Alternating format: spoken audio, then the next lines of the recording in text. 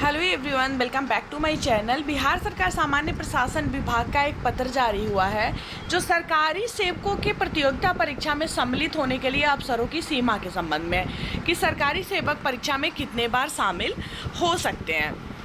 24/8/2023 के डेट में पत्र जो है जारी हुआ है। महाशय निर्देशानुसार कहना है कि प्रसंग वर्णित अभ्यावेदन द्वारा सामान्य प्रशासन विभाग की संकल्प संख्या दिया गया दिनांक 12/12/2022 के तहत सरकारी सेवकों को प्रतियोगिता परीक्षा में सम्मिलित होने के लिए अवसरों की सीमा की गिनती के संदर्भ में परीक्षा की गई है कि उक्त गिनती आवेदन करने से मानी जाएगी अथवा वास्तविक रूप से परीक्षा में सम्मिलित होने से।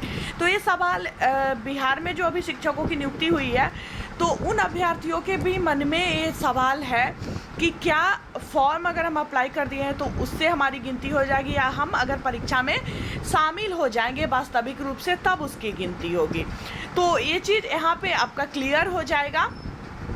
उल्लेखनीय है कि सामान्य प्रशासन विभाग की संकल्प ज्ञापांक दिया गया है दिनांक 12/12/2022 द्वारा बिहार सरकार के सरकारी सेवकों को प्रतियोगिता परीक्षा में सम्मिलित होने के लिए अवसरों की सीमा के संदर्भ में निर्णय लिया गया है। उक्त संकल्प की कंडिका 7 क का प्रावधान निम्नवत है।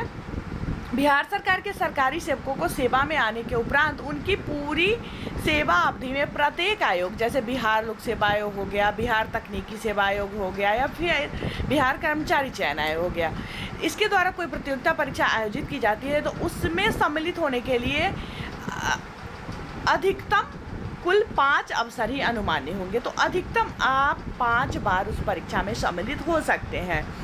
तो इस प्रकार उपर्युक्त वर्णित तथ्यों से स्वतः ही स्पष्ट हो जा रहा है कि प्रतियोगिता परीक्षा में सम्मिलित होने हेतु अवसरों की गिनती वास्तविक रूप से परीक्षा में सम्मिलित होने पर ही मानी जाएगी। तो अगर आप परीक्षा दे देते हैं, परीक्षा में सम्मिलित हो जाते हैं, तभी उसकी गिनती मानी जाएगी। फॉर्म भरने से गिनती नहीं मानी जाएगी। जैसे बिहार शिक्षक नियोजन में बीपीएससी 3 बार कह रहा है कि 3 बार आप परीक्षा दे सकते हैं, तो इसमें भी गिनती जो है आप अगर परीक्षा में सम्मिलित हो गए हैं तभी वो काउंट किया जाएगा। अगर आप परीक्षा में सम्मिलित नहीं हुए हैं तो फिर वो जो आप फॉर्म डाले थे लेकिन परीक्षा नहीं दिए हैं तो फिर वो काउंट नहीं होगा। बहुत सारे लोगों के मन में है कि हम फॉर्म भर दिए हैं तो हमारा जो है अटेम्प्ट एक चला गया, काउंट हो गया, लेकिन ऐसा कुछ भी नहीं है। परीक्षा में सम्मिलित होने पर ही आपका एक अटेम्प्ट जो है ख़त्म होगा।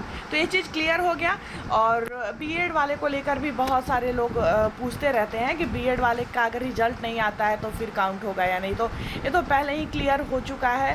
जो बीपीएससी के अध्यक्ष हैं उन्होंने पहले ही क्लियर कर दिया था कि अगर आपका रिजल्ट आता है तो फिर आपका काउंट होगा, नहीं तो फिर आपका काउंट नहीं होगा। तो चलिए फिलहाल इस वीडियो में इतना ही। मैं मिलूँगी फिर नेक्स्ट वीडियो में, तब तक के लिए बाय बाय।